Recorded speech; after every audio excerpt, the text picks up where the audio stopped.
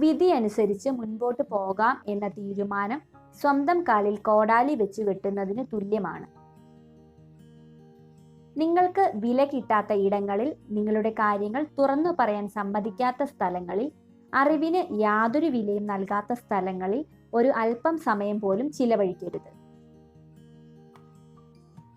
ദുഷ്ടന്മാരിൽ നിന്നും മുള്ളുകളിൽ നിന്നും രക്ഷപ്പെടുവാൻ 2 ഉപായങ്ങൾ മാത്രമാണുള്ളത്. ഒന്നുകിൽ പാദരക്ഷ കൊണ്ട് ചവിട്ടി മെതിക്കുക, അല്ലെങ്കിൽ അകലം പാലിക്കുക. കാട്ടുതീ ചന്ദനത്തെ പോലും കത്തിച്ചു കളയും. അതുപോലെ ദുഷ്ടനായ ഒരാൾക്ക് ആരുടെ ജീവിതവും തകർക്കാൻ മടി ഉണ്ടാവുകയില്ല. നിങ്ങൾക്ക് ജീവിതത്തിൽ വളരെയധികം മുന്നേറാൻ ഉണ്ടെങ്കിൽ ഒരിക്കൽ വെച്ച ചുവടുകളേക്കാൾ വലിയ ചുവടായിരിക്കണം മുൻപോട്ട് വെക്കേണ്ടത്. തൻ്റെ ബുദ്ധിമുട്ടുകളെ എല്ലാം തന്നെ തരണം ചെയ്തുകൊണ്ട് തൻ്റെ ലക്ഷ്യത്തിലേക്ക് തന്നെ ചുവട് ഉറച്ചു നീങ്ങുന്നവരുടെ കൂടെയാണ് ഭാഗ്യം പോലും ഉണ്ടാകുക. ജീവിതത്തിൽ വിജയം നേടണമെങ്കിൽ ബധിരനായി മാറണം. കാരണം കൂടുതൽ ആളുകളും നിങ്ങളെ നിരുത്സാഹപ്പെടുത്തുന്ന കാര്യങ്ങളാണ് പറയുക. ഒരു പരാജിതനായ വ്യക്തിയിൽ നിന്ന് പോലും ഉപദേശങ്ങൾ സ്വീകരിക്കേണ്ടതാണ്.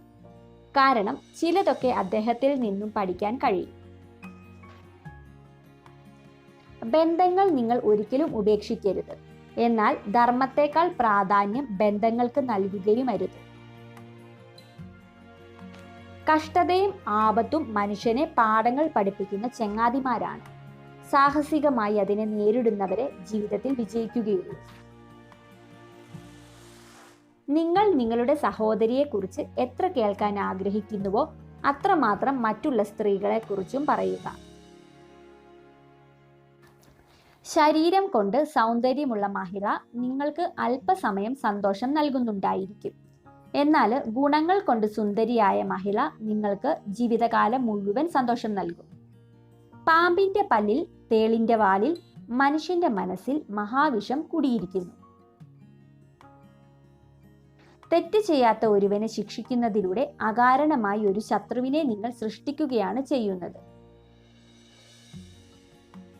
വെറുപ്പ്, ശത്രു, രോഗം ഇവയെ ഒന്നും തന്നെ ചെറുതായി കാണരുത്. ഇവയ്ക്ക് എല്ലാം ഉള്ള പരിഹാരം പെട്ടെന്ന് തന്നെ കാണേണ്ടതാണ്. വിഡ്ഢികളോട് ഒരിക്കലും വാദവിവാദങ്ങൾക്ക് പോകരുത്. അത് നിങ്ങളുടെ സമയം നഷ്ടപ്പെടുത്തുന്ന ഒരു പാഴ്വേലയാകും.